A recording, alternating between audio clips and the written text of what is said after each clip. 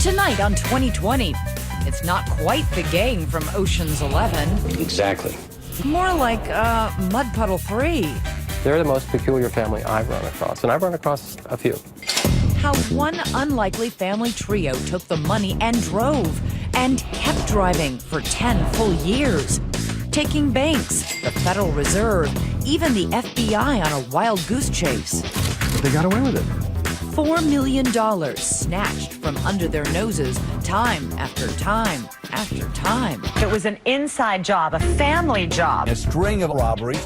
No high-tech gadgets, just a fake Fidel Castro beard, some sketchy 911 calls, and crazy hiding places for those millions. Cans of Ajax to WD-40 to Aquanet. It's so weird. But if they've got a cool $4 million stashed away, why are they living in 900 square feet of this? Tonight, we're tracking them down for answers. What do you want to know? The wife who knew more than she said. You're a tough woman to find. Just a few minutes of your time. The paratrooper's son with daddy issues. And who's that mystery man on the motorcycle? He said, what crimes? In this high-stakes game of Catch Me If You Can, will they turn on each other first? He's taking all of us down, Dad. Ooh. Family business. Good evening, I'm David Muir. And I'm Elizabeth Vargas, and right here tonight a caper that gives all new meaning to the term crime family. Not that there are any mobsters involved or anything, just your average, everyday family with one pretty noticeable flaw. They prefer stealing money to actually earning it. So tonight, right here, we take you inside that outrageous case. 10 years in the making, thousands of hours and miles, all spent chasing down 3 family members who it turns out are hiding in plain sight with an even more bizarre plan for holding on to all those millions. Here's David Wright tonight with a different kind of family business. Milwaukee, Wisconsin, a city with a rich beer history, but a place where Archie Cabello has something else brewing. I think he's a very cunning individual. General impression of Archie was the guy who showed up on time, went out on route every day, drove his route, but there wasn't a lot memorable about the guy. In 1995, he's grinding it out as a truck driver, making about $6 an hour. 48 years old with bills to pay, 2 kids and a wife to support. That's her, a chain smoker puffing away. They've been together since she was a teenager. One thing was really clear. He loves his wife. Archie also loves money, but he hates to work, according to veteran journalist Brian Denson. Archie would have been great if he'd just gone to college, if he'd had some means growing up to go to college, because he's a smart guy. Smart enough to figure out a shortcut to a much more lucrative career path. You see, Archie doesn't just drive any truck. He drives an armored truck stuffed with cash. You've seen them double parked as they deliver their precious cargo to stores, banks, and ATM machines. Cold, hard cash. Easy money, if you can get to it. These things are Fort Knox on wheels. Tell me about Archie. What do you want to know? That's FBI Special Agent Ken O'Connor, an expert in armored car robberies, and Archie Cabello. I was fortunate that I've done cases like this before in the It was his job to piece together the Cabello capers years after the fact. But is this the kind of case everybody else likes to avoid? Kind of a clunker? For a person that wants to be on that kind of squad, this is not the case they're dying to do. So for me, it was just, all right, let's just get it done. With his help, we retraced Archie's steps on the day he was due to deliver cash and coin to banks and businesses all over Milwaukee. The 2 people he was assigned with were, one had been there on the job for a week, the other had been on the job for 2 weeks, so he was the senior guy. The inexperience of those co-workers plays a key role here because they take orders from Archie, no questions asked. What they don't know is that somebody else is also watching their armored truck. Every day at a predetermined time, a woman leaves her job at a local cafe, gets into her ordinary car, goes for a drive, and then parks. Every day she watches the armored truck. Once it passes, they go their separate ways. Same routine, day after day after day. But today, it's going to be different. Today, when the armored truck reaches the corner, the truck driver, Archie, hits the hazard lights. and as he turns right, the woman in the car follows him. The truck continues doing its scheduled round of pickups and deliveries, and around midday, it pulls into this strip mall. They make a stop at First Star National Bank. Cabello, a former Marine, is armed with a gun that he certainly knows how to use, but he doesn't need to use it. His weapon of choice today, a ballpoint pen. He's on paperwork showing he signed for the bag at 12:30 p.m. Bag had about $157,800, give or take. Give or take, Archie will always choose take. Out in a matter of minutes, the crew puts the money safely in the truck. It's now break time. He ditched the other two people for a break or bathroom break. All he needs is a few quick minutes alone with his thoughts and all that money. He pulls around back, and there he meets up with the car that's been quietly tracking his every move. Archie takes that bag of cash he's just picked out of First Star Bank and makes a rather unusual deposit. Her open window onto the passenger side seat, and they both drove off. Archie loops back around and waits for the crew to come off their break. Once in the truck, the trio resumes their work, none the wiser that their load has been lightened by more than $100,000. It's cheeky. He's a cheeky guy. But I think like a lot of folks who make the bulk of their money illegally, Archie decided that he could be cheeky. Meanwhile, the driver of the car is transferring the cash out of the bank bag and into another carry-on, soon to be stashed away. Obviously, at the end of the day, Archie is going to have some explaining to do. So he just said, oops. Bag got lost in the shuffle somehow. Pretty big thing to get lost in the shuffle, $157,000? Exactly. That's right. When his bosses ask, where's the money? Archie's response is as simple as, I don't know. He gets an unintended assist from his coworkers. The crew isn't saying much either, primarily because they don't know much. What was the story that they told? They, of course, denied taking the bag. One of them took a polygraph and passed. The other one didn't take a polygraph. Archie didn't take a polygraph. Archie's plan has worked to perfection. He got the money, and he got it with guile instead of a gun. His bosses suspect he was involved, but they can't prove it. How is it that he wasn't busted then? I mean, that's a pretty lame excuse. At that time, there wasn't a lot of evidence other than his story. Archie gets fired, losing his $30,000 a year job, but in one day, he's taken home 5 times his annual wages, so he'll get over it. Nobody got charged in that case. The dirty secret? To some extent, armored car companies expect the occasional big loss. It's part of the cost of doing business. A situation like that, your insurance company is going to cover the hit. To Archie's way of thinking, that makes this almost a victimless crime. And when he gets home, he doesn't even have to explain himself to the missus.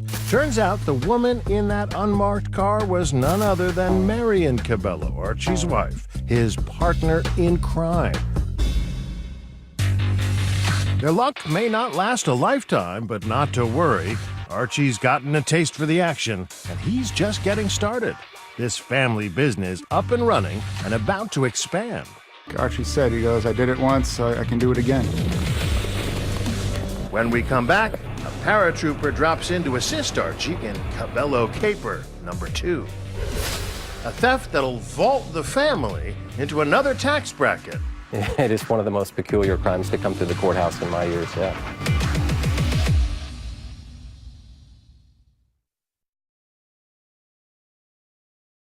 2020 continues with Family Business. At age 23, Vincent Cabello, Archie's son, is an Army paratrooper stationed at Fort Bragg. But this is nothing compared to the fall from grace he's about to take. After an honorable discharge, Vincent returns home to Wisconsin in 1996. He served his country proud, but could not seem to make his dad proud. So when Archie concocts a plan for father and son to steal money together, Vincent agrees, apparently in a misguided effort to win his father's affection. And Dad dragged him into the family business. Yes. He, in a weird way, worshipped his father and fell into that life. But Vincent wasn't some teenager. He was a grown man, just out of the service, right? It's true, he was. But I think that he struggled to find acceptance from his father. Archie is not exactly Employee of the Year material after the armored car heist. Prosecutors say he often reverts to self-employed status, selling drugs to earn money. That is, when he's not watching his favorite movie, Thief. I wear $800 suits. I wear a gold watch. I wear a perfect D, flawless, 3-carat ring. I'm a thief. But Vincent isn't. He's an American hero. When Archie told him that he needed Vincent's help to be the inside man for the next job that they would do. Ever after, Vincent was trapped in this cycle. Archie circles jobs in the newspaper for Vincent to apply for. The focus on banks and casinos and other places with lots of cash on hand. Largely due to his military background, he eventually lands a job at the American Security Corporation, guarding the night vault in the basement of this commercial building. The stage set for Cabello Caper number 2. This time, Archie is the outside man, Vincent the inside man. The plan they came up with was Archie would stage a robbery. He would act like a robber from beginning to end. The basement vault can be seen from the street level, and night after night, Archie wanders by, waiting to make eye contact with his son down below. One night in July, they do see things eye to eye. Vincent gives the signal, and the plan goes into motion. When he got the signal, he went to his car, which was parked in the alley behind the building, and he got in his gear. The gear includes a disguise, a bushy beard, and a baseball cap worn backwards, yellow-tinted glasses, and a BB gun. And went into through the receiving area down a long hallway. He travels down this back alley and enters through a rear door. It's a long, winding, and unmarked corridor that leads to a doorway with just a small sign of the company inside. Vincent had earlier closed the vault door like he was supposed to, but purposely not spun the dial to lock it. If he had truly locked it, nobody would have been able to get in, because the way the security was set up was certain people had the first half of the combo on the spin dial and certain people had the second half, and he only had one half. The charade begins. Archie yells freeze, and Vincent willingly complies. The two of them performing for the cameras. They knew about the video surveillance in the vault area. Vincent told his father where it was located. The FBI says Archie took that video cassette, so there's no surveillance footage of the crime, but they acted it out anyway as a precaution, just in case there were other cameras they didn't know about. So they acted the whole thing out. From beginning to end. It was literally... stick 'em up. Exactly. Son is hand and leg cuffed before father makes his way inside the vault, stuffs the money into a bag, and makes his getaway. There was a lot of money. I was a new detective. Milwaukee Police Detective Ron Laura was one of the first to respond the next morning when Vincent is found handcuffed near the vault. He said this subject threatened to blow his head off. But as he presses Vincent for details, the story doesn't add up. I was a little skeptical of why he wasn't a little bit more shaken up. The detective strongly suspects it was an inside job, especially when he sees the getaway route, that winding corridor. They would have went through this door to the freight elevator to make their way to the first floor to exit the building. Once I found out that the person utilized this hallway to escape, right away I said somebody who had knowledge of the building had to be involved in this. Police detain Vincent, but he sticks to his story and doesn't crack, like father, like son. And secrecy was the key to the overall conspiracy. Secrecy and keeping it tight within the family. Go. Granted, the Cabello family crimes aren't exactly Ocean's 11. With $160 million behind this door. Let's get him out. Yeah. But the money's beginning to add up, and just like the armored car heist, what police suspect and what they can prove turn out to be two different things.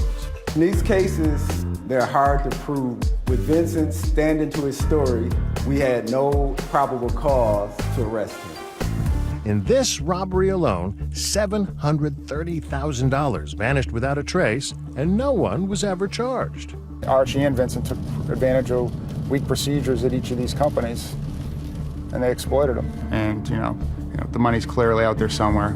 But where'd the money go? It's a question that haunts the FBI, who suspect the Cabellos, but the family seems to be living paycheck to paycheck. 1 year after the robbery, the felonious family pulls up stakes and quietly leaves Milwaukee for Portland, Oregon. So at this point, 2 robberies, almost $1 million, 900,000, give or take? Yes. But it's not time for retirement yet. No time for retirement. Coming up, Archie hired again as a security guard. This time with boxes of cash headed to the U.S. Federal Reserve. Caper number 3, set to be his biggest yet. And how much they get away with? $3 million in cash. $3 million. Yes. So why are they living here? When we return.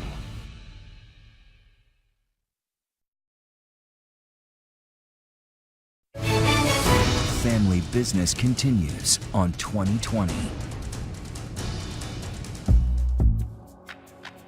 By the time the Cabellos arrive in the Pacific Northwest in 1999, they've moved 21 times in 18 years. In Archie's line of work, it can be dangerous to grow roots. Not necessarily the police who were after them, but people that Archie Cabello owed money to or had stolen from. He was just looking to ride it out as long as he could so he didn't have to work. Ride it out they do in Northeast Portland in this modest $975 a month rental. They'd never been prosecuted in Wisconsin. They'd moved here unfettered to Portland. They'd moved the money unfettered. They'd kept it anonymously. Everything had worked for him. And now it's time to lay low. Marion sticking to domestic duties as a housewife. Archie, as you see here, enjoying simple pleasures like the local nature trails. Vincent working as a bouncer. Because remember, Archie wanted them all to stay under the radar financially. Police hear neither hide nor thinning hair of Archie for years. To an outside observer, it looks like he's gone straight. Especially when, in 2005, he lands a new job in an old profession. You guessed it, he's driving an armored truck, this time for a local company called Oregon Armored Services. He was pretty quiet, kept to himself. He was a little bit older than most people who worked there. Kirk Goulian is a former ops manager at Oregon Armored and remembers Archie well. Archie seemed like a reliable worker. Nothing really stood out. Archie's responsibilities include making pickups and deliveries for banks and local government offices, including the U.S. Federal Reserve. Inside this undisclosed and highly secure location, millions upon millions of dollars are shuffled from room to room and prepped for various delivery points. This is Archie Cabello's kind of joint. That's him in his security uniform, badge and all. It all seems hunky-dory until the afternoon of December 5th, 2005, when shortly after 2 p.m., this 911 call comes in. 911. Yeah, I'd like to report a robbery. You were held up? No, but I'm looking at a guy here who's handcuffed to his armored truck. With Archie cuffed to the truck, the passerby holds up his phone to allow Archie to speak directly to the 911 operator. I didn't look at him that much. He had a gun upside my head. I understand it was pretty traumatic. Did they take any of your bags that are marked? They took a couple of bags of money, yeah, that I could see, but I mean, I don't know. I had a lot of money on the truck. They couldn't take it all. Within minutes, cops, neighbors, and TV crews are on the scene. He was handcuffed to something inside the car. He had been here for about 15 minutes, but he was handcuffed to the door so he couldn't answer his phone. Archie gives authorities a breathless account of what happened. Archie told me that an armed robber came up to the armored car, displayed his handgun, and said, "Open up the door." That's where FBI Special Agent Don Metcalf, a colleague of Agent O'Connor, comes in. Archie tells him he's just been robbed, the robber wearing a fake beard and brandishing a gun. And Archie opened the door? The armed robber, according to Archie during the interview, was start driving. Archie Cabello told Portland police 2 robbers forced him to drive to the Southeast Portland location. Then he says he was handcuffed to the wheel while the thief took off with $3 million in cash. The cops scour the neighborhood looking for one or more suspects. Male white, 40s, 5'10 to 180. Wearing a black ball cap, unknown hair, but he had some kind of a fake dark beard on and sunglasses. Apparently there was a gun involved. Police search high and low, but find no one fitting the description. But that beard and the fateful decision to open the truck door, that's got the feds figuring this was an inside job. I think right away he knew that he was a potential suspect, that I did not believe his story. Was he defensive? No. Did he ask for a lawyer? Nope. Federal agents and Oregon Armored begin to break down Archie's story piece by piece. The truck protection is sufficient enough to handle pistol rounds. So in your mind at first you go, well, why did he open the door? You know, the glass is bulletproof, the doors are bulletproof. The armored car drivers know that. Archie has a gun, his engine is running, but he chooses neither fight nor flight. Just drive off. That's the safest procedure for you. Then there's that gunman. He had some kind of a fake dark beard on and sunglasses. Sound familiar? It should. The description nearly identical to the one Vincent Cabello used in the Milwaukee vault robbery. But when Vincent is questioned, he stays true to form. His story was, I don't know nothing about nothing. And now the FBI finds itself with 3 major cases, all involving the same family. Which begs the question, how in the world did Archie Cabello get another armored truck job in the first place? Do these guys not do a background check? Well, they do. Ironically enough, there was no response until after the robbery. And what was the response then? The response was criminal information found. Archie, I guess, handed his uniform shirt and his ID badge to the security guard and said, I'm done here. And that was the last we heard from Archie in person at all. Within weeks, it's clear to everybody what really happened. Archie and Vincent staged the whole thing and pulled their biggest job yet. Vincent was the robber this time, Archie the inside man.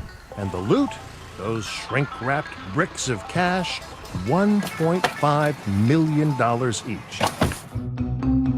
Goulian was dispatched from Oregon Armored to take an inventory of the truck. When we saw it with those 2 bags, I mean, we definitely said, oh, these are the big bags. If someone's going to steal something, this is what you're going to go for.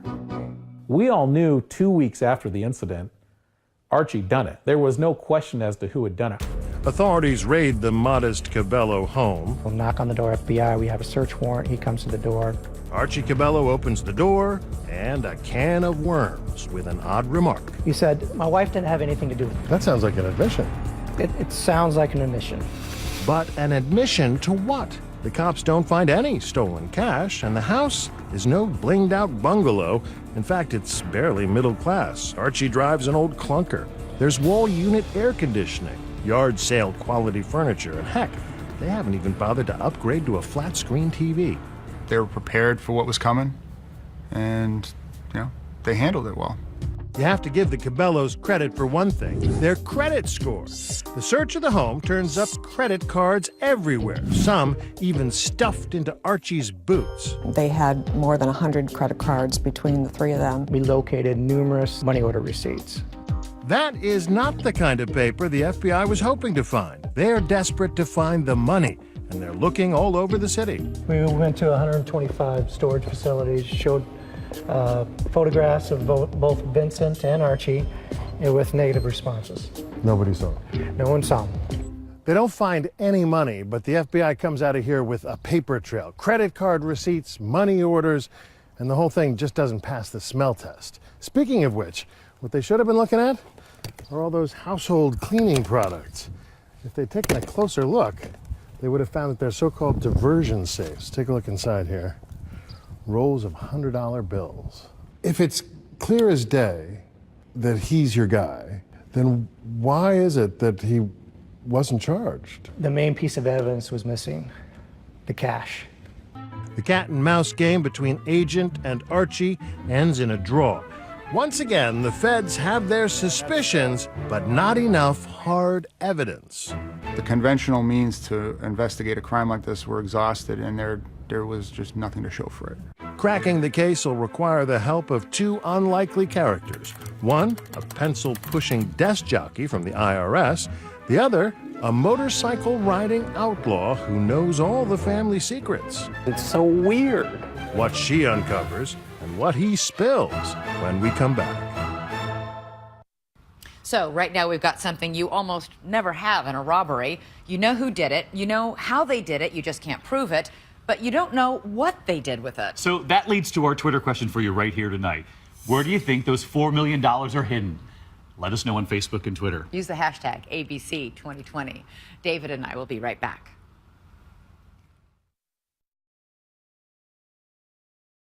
"2020 continues with Family Business. A major heist that sounds more like a Hollywood movie. With a multi-million-dollar heist on their hands and a family of prime suspects in their sights, the FBI still doesn't have sufficient evidence to arrest the Cabellos. Despite all these connections, FBI agents have not made an arrest. Because, yeah, we didn't catch him with the money. We didn't catch him red-handed doing anything. Hoping now to build a solid circumstantial case, the prosecutors enlist the help of a new agent, not from the FBI, but the IRS, the same agency that brought down Al Capone. I had contacted them and spoke with Miranda Cole. Agent Cole, more likely to pack a pocket protector than a pistol, focuses on that crazy cache of credit cards retrieved from the Cabello home. She pores over all the monthly statements, as well as the 620 money order receipts they found in the search, a process that takes years. A task you might call a tedious nightmare, but that she calls fun. As financial crimes go, is this one a tough one to prove?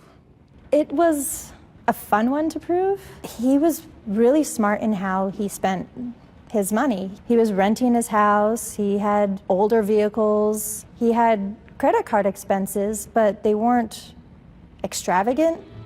Archie Cabello was not exactly living the lifestyles of the rich and famous, but even the low life came with a high overhead. So you went through the numbers here, and it didn't add up? No, it didn't add up.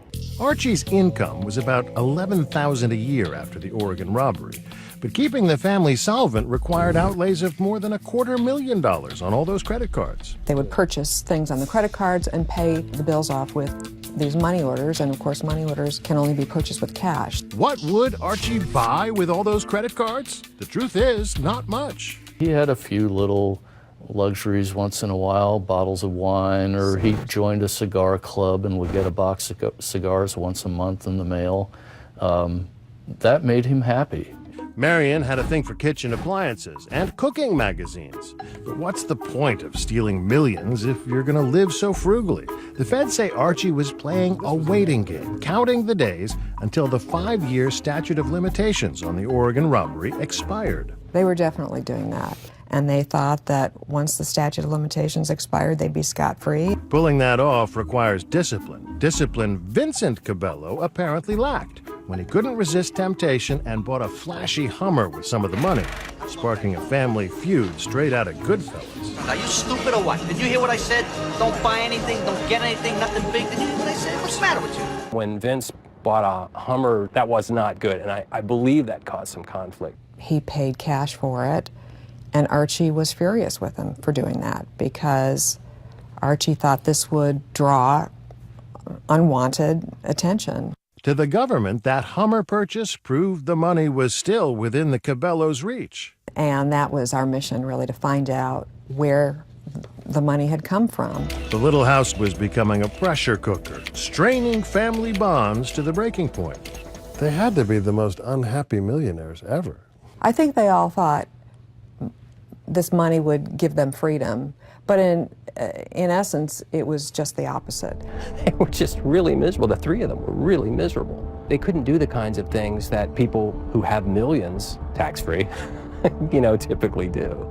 Finally, things come to a head when the feds, worried that the clock is about to run out, decide Agent Cole has found enough evidence, even without the money, to make a case. So they move in. We ended up arresting Archie, Marion, and Vincent.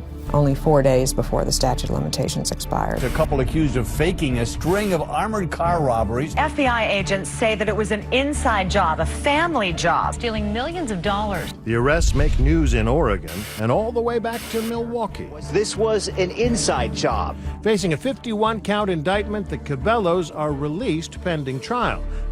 Coming up, 2 key developments, one that may unlock the missing millions, and one that may lock up Archie Cabello forever. Flabbergasted me. I never expected it. She comes back and it says, "You're not going to believe this."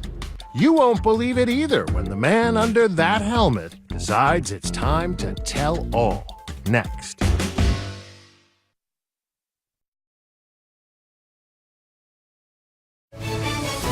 Family Business continues on 2020. On a recent afternoon, this man pulls a motorcycle into this parking lot, takes off his helmet, and takes some evasive maneuvers to avoid 2020 cameras. You may not recognize him, but don't let that chrome dome fool you. That's Vincent Cabello, former Army paratrooper, loyal son, and big-time thief. But instead of heading to a prison cell, he's heading into an apartment, toting a trusty six-pack. How'd he pull that off? By finally breaking ranks with his overbearing father, sacrificing his family for his freedom. Vincent was the first to give up the farm. After that was done, Archie was cooked. The Cabello family schism began shortly after they were all arrested and looking at lengthy prison terms, their 990-square-foot home becoming a prison of its own. The case wasn't going away, and the trial's coming closer and closer. Inside, there is dissension in the ranks. The three of them together, every day, all day, just really wore on Vincent, and the tension in the household was extreme. Brian Denson spoke with the family when he was the courthouse reporter for the Oregonian. I see a lot of dysfunctional families, among the worst, and probably the worst I've seen in terms of just the strange dynamic between the father, the son, and the wife. And that's saying something. 2020 has covered other patriarchs in the Pacific Northwest who've used their own kids for financial gain. Scott Catt robbed 5 banks in Oregon before moving his operation to Texas, where the master manipulator got not one, but both his kids to rob banks with him. He was the muscle with the gun, and I was the money guy. But that lifestyle is pressure-packed, and the pressure proved too much for the man on the motorcycle. He's finally ready to resolve his daddy issues in one fell swoop. One day, the phone rings, and it's Vincent Cabello's lawyer saying he's ready to cooperate.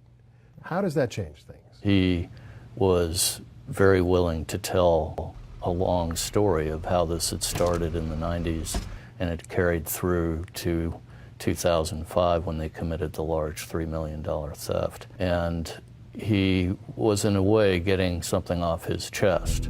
Vincent refused our repeated requests for an interview, but he told the feds everything. Archie made him do things that deep down he probably didn't want to do. When Vincent spilled the beans, it wasn't just about what happened, but about where the money was. He told you where the money was? He told us very precisely where it was. Vincent Cabello directs investigators to search the house one more time. Hidden behind a wall socket is a key. Inside the leg of a walker is a second key, the key to unlock a decade-long mystery. The investigators race to Washington State. In the shadow of Seattle, a safe deposit box company in Bellevue, Washington, offers an unusual service: anonymity for a fee. The Cabellos have rented a safety deposit box here for $1,250 a year, but you'd never know it, because for an extra $100, Cabello gets to select a fake name as the official owner of the box. What was the fake name? Archie's name was Mike Alda. Marion's name was Marie Martin. Vincent's name was Ron Alda. And they're visiting from time to time to pull out just enough to sort of keep the bills paid. Access records reveal this is where Vincent came to hide the $3 million from the Oregon robbery. But the man who visited here more than 50 times to take cash back to Portland was Archie Cabello. Cash used to buy all those money orders and pay off that credit card debt, and cash doled out to his wife and son through those household product canisters. Among them, Marion's bug spray, shaving cream, and kitchen cleanser for Vincent, and WD-40 for Archie. For FBI agents Ken O'Connor and Don Metcalf, the end is in sight. For the most part, it confirmed a lot of things that we suspected. Now, obviously, we didn't know where the money was. We knew it was somewhere. We didn't know where. He told us where it was. He tells them to head straight to box number 254. Agent O'Connor gave me the honors and said, okay, open it up. I opened it up, and there was roughly $1.9 million in $100 bills in that suitcase. But looking at that money. So it was a good ending to a case that I thought was worked really well. Everyone involved. Stack upon stack of crisp, mouth-watering Benjamins. It's the pot of gold at the end of a rainbow they have been chasing for years. The two FBI agents and IRS agent Miranda Cole now have everything they need to close the case. But it must feel good. Closure's good. Justice is good. It would have been a much more difficult case without the money. So having this money was a huge break in the case. The family is now an Oedipal wreck. Archie and Marion are rearrested and jailed. Vincent exiled from his parents' affections as they learn he's turned state's evidence. Everybody gets their own defense lawyer. Listen to this prison phone call between Archie and his other son. You can hear the pain and scorn in his voice as he discusses Vincent. He's going to testify against you guys. So, we'll have the sad spectacle of our son sitting there and pointing fingers at him. It's on Fox News, ABC News. A former Wisconsin family is busted for a series of armored car heists. Wait, what, national? Yeah, it's coast to coast. What a idiot. He's just a hateful, spiteful person. We got to put him out of our minds because nothing we can do about him. No, he's a psycho. You should see his face. Dial 911 immediately. Immediately. Mom asked me to remove all of his pictures from the house. Marion, I assume you went back to her after this phone call from Vincent and said, hey, your son's cooperating. What was her reaction? She came in with her lawyer also and decided to talk to us as well. Archie stalls court proceedings as he scrambles to think of a way out. The man who always played the angles reduced to rolling the dice, buying megabucks tickets in a desperate attempt to win millions to pay back the money. How about a roll last night? It didn't go in our favor. The odds good? No, but what else you got? I don't care how you win it, just win it. But Archie's luck had finally run out. When we return, we find Marion Cabello enjoying her freedom in Marlboro country. Her husband's in jail, her son Vincent banished from the family. So why is she smiling?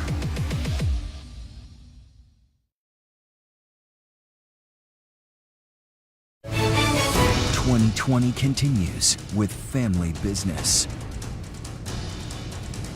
Standing in court, his hidden fortune found, his family flipped, Archie Cabello folded, pleading guilty. The reasons were several, most of them federal.